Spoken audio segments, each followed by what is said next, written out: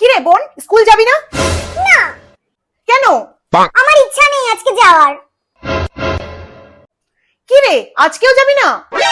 না মনা, তোর তো টাইম হয়ে গেছে, স্কুল যাবি না?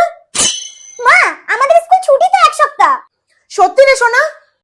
এই রে, এখন যদি বলি যে বোনের স্কুল খোলা তাহলে তো বোনকে খুব মারবে। মা, বোনদের স্কুল ছুটি তো। হো, ঠিক আছে। হে দিদি, শোন না, বলছি আমি তো এক সপ্তাহ স্কুলে যাইনি, আমাকে তো ম্যাম খুব বকবে গেলে। তুই একটু মা হয়ে ফোন করে একটু ম্যামের সাথে কথা বলবি? চুপ কর, যখন আমি স্কুলে যেতে বলি তখন যাস না, এখন আমি কিচ্ছু করতে পারবো না। তুই বলবি আমার খুব জ্বর হয়েছিল সেই জন্য স্কুল যেতে পারিনি। তুই প্লিজ কর দিদি, আমি তোর সব কথা শুনবো, প্রমিস। ঠিক আছে। হ্যালো। হ্যালো ম্যাম, আমি টিয়ার মা বলছি। হ্যাঁ বলুন।